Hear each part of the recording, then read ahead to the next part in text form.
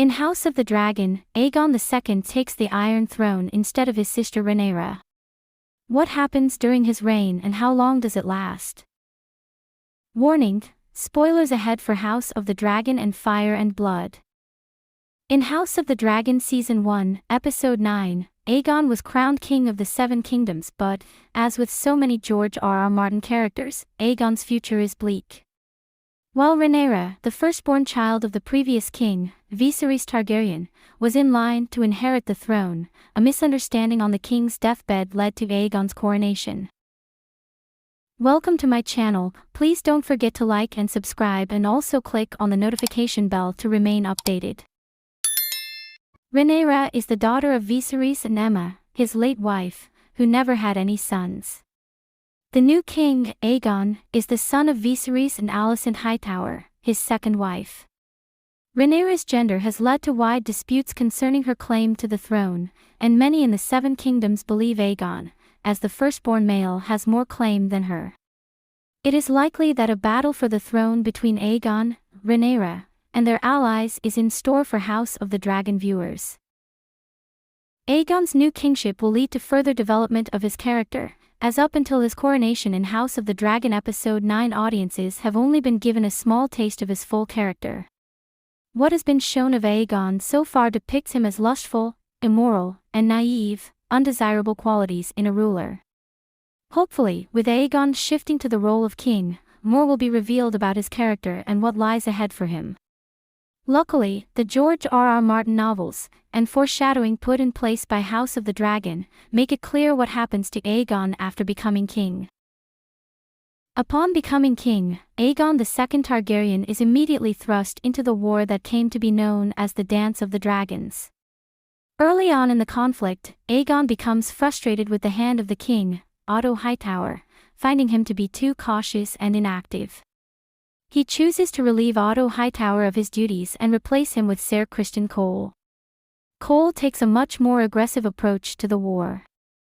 Soon after, Aegon and his brother Aemond kill Rhaenys Targaryen and her dragon in battle, but the king is left badly injured, with broken bones and burns covering half of his body. While he recovers, his brother Aemond rules in his place. When Rhaenyra's forces close in, a much older, scarred Aegon flees King's Landing disguised as a commoner. In a later battle in Dragonstone, Aegon is injured again, shattering both of his legs. This leaves him in great pain for the rest of his life. Later, after his firstborn is killed in battle, Aegon's wife and sister, Helaena, takes her own life, and at the end of the war, Aegon captures and kills Rhaenyra.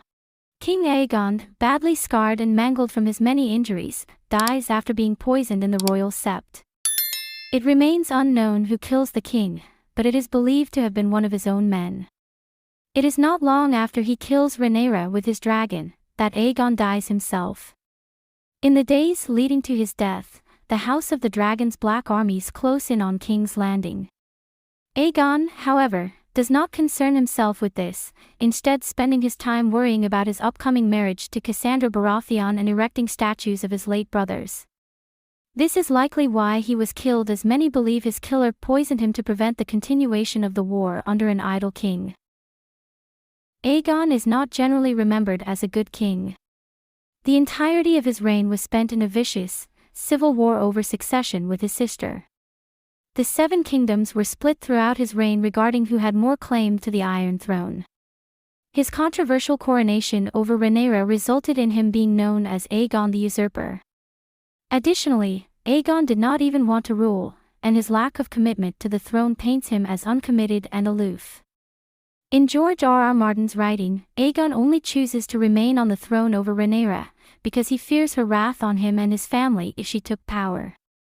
The Westerosi people largely remember him as merely a pawn of his often manipulative mother, Alicent. Becoming king at a young age, Aegon also is remembered for lacking maturity, differing from his wise and generous predecessors. He is known to be cruel and vicious, short-tempered and rash. He often has disagreements with his small council, preferring speedy actions over calculated and strategic moves. Furthermore, Aegon's constant debauchery, teased in the window scene in House of the Dragon, left him with a reputation for promiscuity. All in all, Aegon is not remembered as a good or effective king, with most of his reign marred by war and his own naivete. Thanks for watching. Please don't forget to like this video and drop comments. And most importantly, don't forget to subscribe and hit the notification bell so you don't miss anything.